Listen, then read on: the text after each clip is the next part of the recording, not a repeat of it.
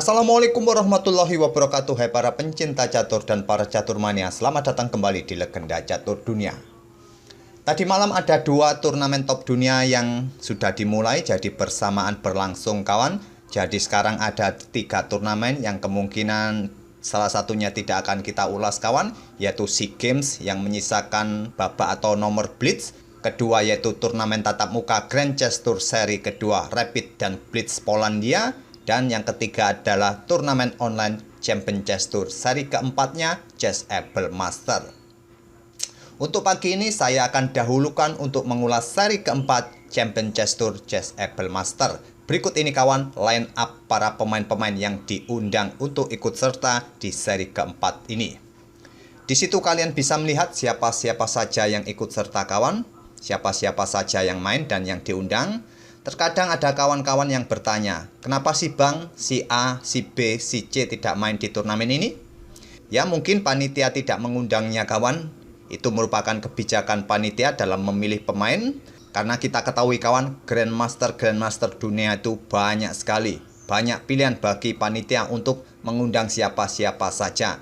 Tapi biasanya kawan alasan utama itu adalah masalah sponsor. Di mana panitia mengundang pemain itu sekaligus untuk mengundang sponsor atau mana pemain yang diminati oleh para spektator atau para pecinta-pecinta catur. Itulah yang biasa dipilih oleh panitia kawan. Atau ada alasan pribadi sehingga pemain tidak bisa mengikuti turnamen saat dia diundang oleh panitia kawan. Mungkin itulah alasan yang admin bisa tangkap kawan. Mungkin kalian punya penilaian sendiri, silahkan saja komen di kolom komentar. Dan untuk hasil di hari pertama dari 4 game Champion Chess Tour semalam kawan, berikut inilah ringkasannya.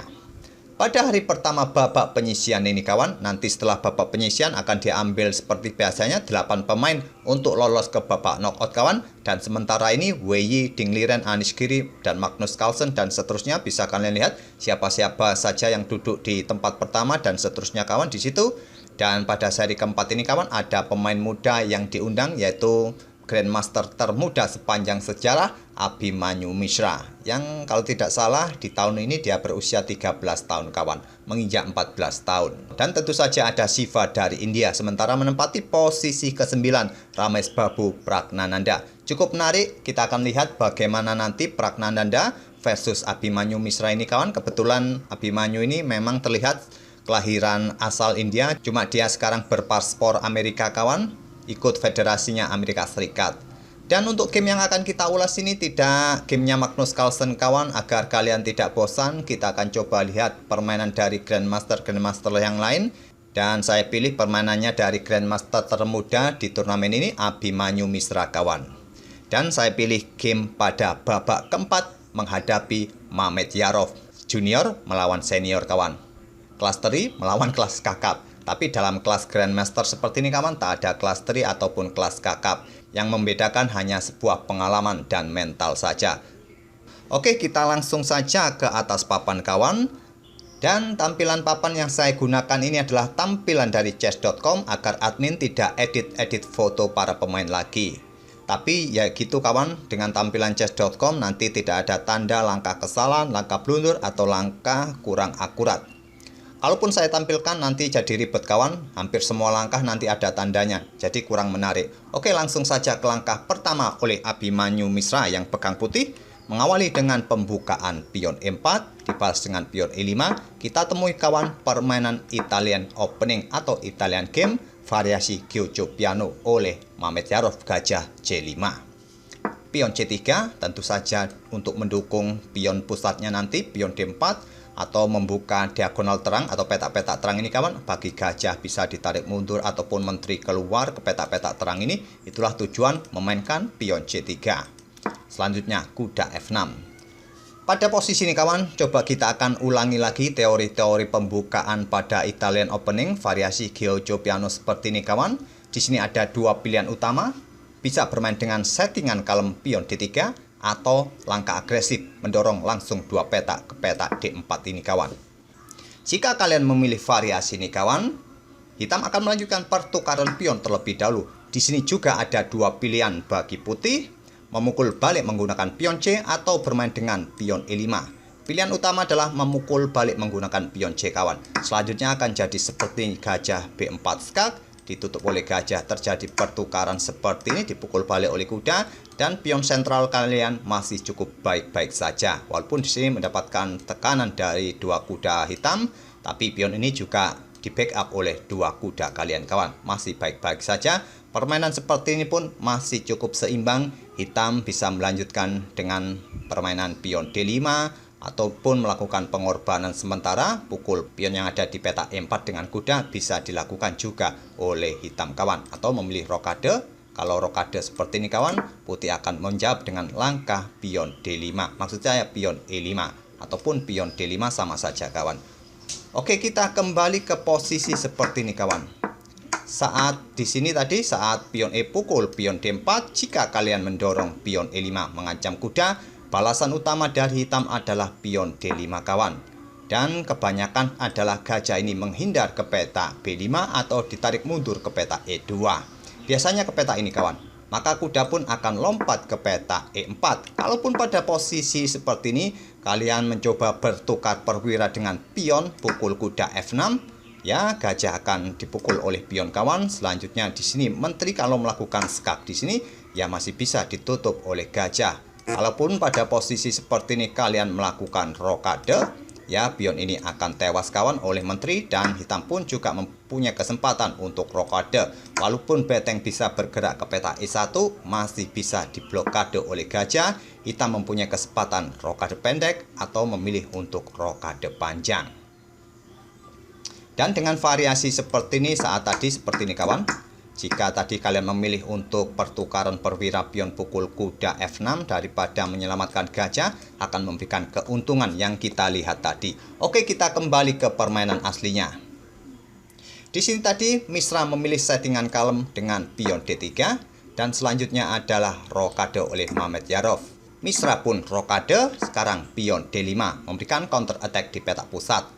Pion E pukul pion D5 dipukul balik oleh kuda. Selanjutnya pion A4 diikuti dengan pion B4 menyerang gajah agar gajah tidak berada di diagonal ini agar tidak menjadi sniper kawan. Nanti diikuti dengan pion jika gajah ini mundur ke peta B6, pion ini siap menjebaknya. Oleh karena itu pion A5 dimainkan oleh Mehmet Yarov. Kuda B berkembang ke D2, raja bergeser ke H8. Pada posisi seperti ini tadi kawan, langkah yang bagus juga bisa menggeser beteng untuk menempati lajur E yang sudah semi terbuka ini. Tapi Misra lebih memilih langkah prinsipal mengembangkan perwiranya terlebih dahulu. Dengan kuda B berkembang ke D2, raja hitam bergeser ke H8. Menghindari diagonal ini kawan, yang sudah dibidik, maksud saya di diagonal terang ini kawan.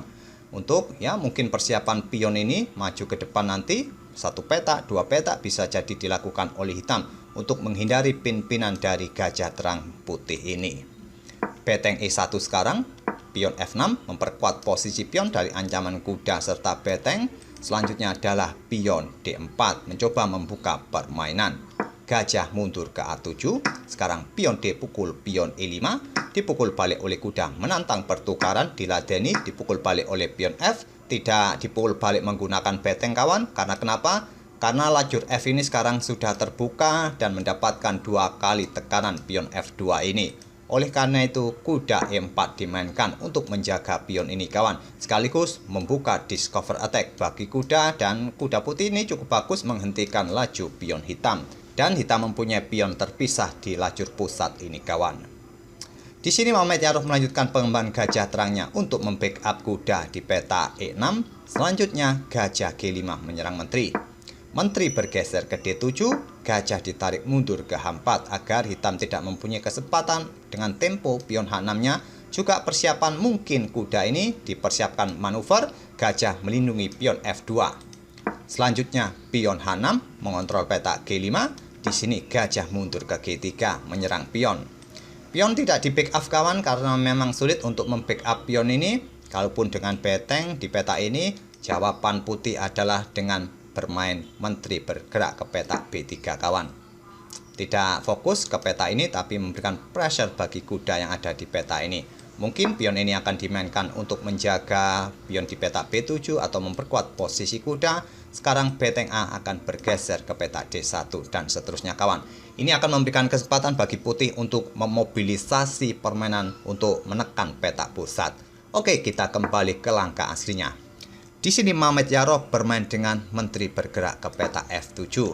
Tadi beteng A bergeser ke lajur D atau ke lajur E merupakan pilihan utama. Tapi menteri dipilih oleh Mehmet Yarob ke peta E7.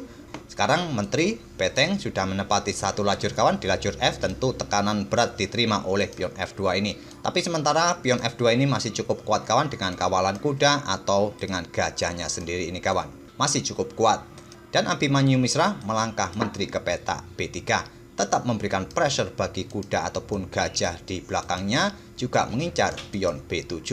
Diperkuat kawan kudanya dengan pion C6 juga membuka akses bagi menteri mengawal pion B7-nya. Dan Abhimanyu Mishra menggeser raja ke H1, menghindari pimpinan persiapan memainkan pion F-nya nanti.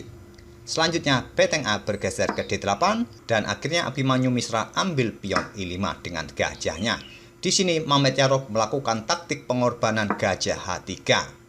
Harapannya adalah diambil oleh pion sehingga diagonal terang ini terbuka bagi menteri melakukan skak di F3, raja ke G1, gajah ambil pion F2 skak. Tentu jika diambil oleh kuda, maka berikutnya adalah menteri akan pukul balik skak, raja ke H1, menteri F3 skak, raja ke G1 kembali, kuda akan siap bergerak memberikan dukungan ancaman skak mat. Jika diantisipasi dengan beteng naik ke peta E2, menteri akan berkorban di sini, disikat oleh beteng, dipukul balik skak mat. Atau pada posisi seperti ini, jika beteng ini langsung sikat kuda ini kawan, maka menteri akan pukul balik dengan tempo skak, raja ke H1 atau ke peta G2, terserah. Kalian bisa melanjutkan dengan beteng ke peta D2 skak kawan, dan seterusnya dua langkah berikutnya adalah skak mat kawan. Percuma juga dilanjutkan. Itulah harapannya kawan saat melakukan pengorbanan gajah ke peta H3 ini. Tapi tentu saja Abhimanyu Mishra menolaknya. Langkah terbaik tadi selain melakukan pengorbanan gajah ke peta H3, bermain dengan beteng, naik ke peta D7, gajah menantang pertukaran gajah gelap, bisa jadi. Tapi memilih gajah ke peta H3 merupakan pilihan yang menurut Stockfish juga kurang bagus kawan. Abhimanyu Mishra menarik mundur gajah ke G3 dan Mehmet Yarob kembali melakukan langkah gajahnya kawan, pukul pion G2 skak. Kali ini langkah ini adalah langkah kesalahan, langkah blunder. Berharap tidak ada yang menjaga peta-peta ini kawan untuk menghilangkan pion G2 tadi. Kali ini diterima oleh Mishra dan menteri F3 skak. Simple, raja mundur ke G1 dan Mehmet Yarob kembali membuat langkah pengorbanan. Kali ini kuda E3 diterima dengan beteng. Kenapa tidak dipukul menggunakan pion kawan? Sehingga betengnya aman dari ancaman gajah ini. Maka hitam akan mendapatkan kuda yang ada di peta E4. Sekaligus sekarang posisi pion terdefleksi. Lajur F semakin terbuka kawan. Di langkah berikutnya beteng D siap naik ke peta D2, memberikan dukungan ancaman skak mat. Hitam sekarang berbalik menguasai permainan, lebih dominan walaupun kalah jumlah perwira kawan. Kita kembali ke langkah aslinya. Di sini tadi Mishra memilih pukul kuda menggunakan beteng agar tetap menjaga kudanya ini kawan, tapi sekarang disikat dengan gajah. Tidak dipukul balik dengan pion kawan. Abhimanyu Mishra menggeser betengnya ke E1, bukan jawaban terbaik. Jawaban terbaik adalah menteri bergerak ke peta C2 untuk membackup kuda, juga membackup pion F2 ini kawan. Jika dengan beteng tadi, pion ini tidak lagi di backup. Pion ini cukup rapuh kawan dengan tekanan dari gajah, dengan beteng. Oleh karena itulah langkah menteri ke peta C2 ini sekaligus membackup kuda, membackup pion. Jadi pion ini cukup kuat dan kemungkinan gajah akan ditarik mundur ke peta B6 atau ke peta A7. Tapi Abhimanyu Mishra memilih beteng E1 untuk mengancam gajah ataupun membackup kudanya nanti jika gajah ini pindah. Mehmet Yarob memilih ambil kuda, merelakan gajahnya diambil oleh beteng. Tapi langkah ambil kuda oleh menteri ini bukanlah langkah terbaik kawan, langkah kesalahan. Pada posisi ini kawan, beteng ini siap naik ke peta D2 merupakan jawaban terbaik, langkah terbaik. Memang terlihat seperti langkah pengorbanan beteng kawan. Jika diambil oleh kuda, maka gajah bisa ambil pion F2 skak. Inilah kenapa tadi kawan menteri ini bergerak ke peta C2 merupakan langkah yang sangat kuat untuk mendukung pion F2-nya. Dan jika diambil oleh gajah, maka menteri akan pukul balik dengan tempo skak, raja ke H1, menteri pukul beteng skak, dan beberapa langkah berikutnya juga skak mat kawan. Hitung-hitungannya 4-5 langkah lagi akan terjadi skak mat. Tapi jika saat beteng ini meluncur ke peta D2 ini tidak dipukul oleh kuda, memilih mungkin beteng akan ambil gajah kawan. Dan selanjutnya di sini beteng akan ke D1 skak. Tidak ada cara lain kawan selain membackupnya dengan beteng akan disikat nanti. Mungkin atau pasti akan dengan gajah di peta F1. Selanjutnya beteng akan pukul gajah F1 skak. Ini akan mendefleksikan posisi kena pin oleh beteng hitam. Dan menteri akan pukul beteng. Itulah variasi terbaik pada posisi seperti ini untuk langsung mengangkat beteng ke D2. Tapi Mehmet Yarov tadi memilih untuk ambil kuda yang ada di peta E4. Memang dalam permainan rapid kawan, perhitungan pemain tidak terlalu panjang. Secara psikis memang dalam tekanan waktu, itulah terkadang kita lihat permainan simple-simple saja di atas papan. Selanjutnya Misra ambil gajah dengan beteng mengancam menteri. Menteri B1 skak, simple raja naik, dan selanjutnya beteng D1. Ingin menusuk dari belakang, diantisipasi dengan gajah E2. Beteng G1 skak, raja H3, menteri F5 skak ditutup oleh gajah. Selanjutnya menteri bergeser. Kemungkinan diikuti dengan pion ini akan didorong maju dan seterusnya akan didorong terus-menerus kawan. Jawaban Misra adalah mengaktifkan menterinya ke E6 berkoneksi dengan gajahnya. Pion H5, gajah mundur ke E2. Di sini beteng naik ke F5 untuk mencegat pergerakan beteng yang ingin mengancam menteri serta pion di sampingnya ini kawan. Dan Abhimanyu Misra melangkah menteri E4 dengan dukungan gajah mengancam beteng serta ancaman skak mat di peta H7. Di sini beteng terlebih dahulu mundur ke F8. Gajah D3 ancaman skak mat diantisipasi menteri H6. Menteri E7 oleh Abhimanyu Misra mengancam beteng. Beteng bergeser. Di sini putih mempunyai kesempatan ambil pion tapi Abhimanyu Misra tetap fokus di sayap raja kawan. Bermain dengan menteri bergerak ke F7 untuk mengincar pion ini kawan. Dengan dukungan beteng siap naik untuk memberikan ancaman tusuk sate. Di sini menteri bergerak ke G5 ancaman skak mat diantisipasi menteri F5. Mengontrol peta G4 menantang pertukaran menteri. Tantangan pertukaran diterima skak. Dipukul balik oleh gajah dan kita temui permainan endgame. Sepasang beteng melawan sepasang gajah plus beteng. Tentu putih dalam posisi unggul. Tapi kontrol waktu yang dipunyai oleh Mehmet Yarov masih cukup bagus kawan. Mempunyai 2 menit lebih sedangkan Abhimanyu Misra mempunyai sekitar 20 detikan saja. Beteng F8 oleh Mehmet Yarov. Gajah G6 membatasi pergerakan raja kawan. Dan beteng ini tidak akan berani untuk meninggalkan baris belakangnya. Karena ancaman back rank mid nanti kawan. Beteng putih bisa melakukan ancaman skak mat. Di sini Mehmet Yarov belum mau menyerah, bermain dengan pion B5. Pion pukul, dipukul balik, selanjutnya adalah beteng E5, memberikan ancaman bagi pion-pion hitam ini kawan. Karena merasa sudah kalah posisi, kalah materi, dan kalah segalanya kawan pada posisi seperti ini, Mehmet Yarov masih belum mau menyerah, tapi memberikan kemenangan dengan langkah beteng F6. Membiarkan putih melakukan back rank mid dengan betengnya di peta E8. Di sini Mehmet Yarov menyerah. Tentu saja ditutup dengan beteng dan skak mat di langkah berikutnya jika dilanjutkan kawan. Itulah kawan permainan bocah cilik asal Amerika Serikat Abhimanyu Misra mengalahkan Super Grandmaster Shahryar Mehmet Yarov dalam permainan rapid 15 menit increment 10 detik di babak keempat Champion Chess Tour Chess Able Master tadi malam.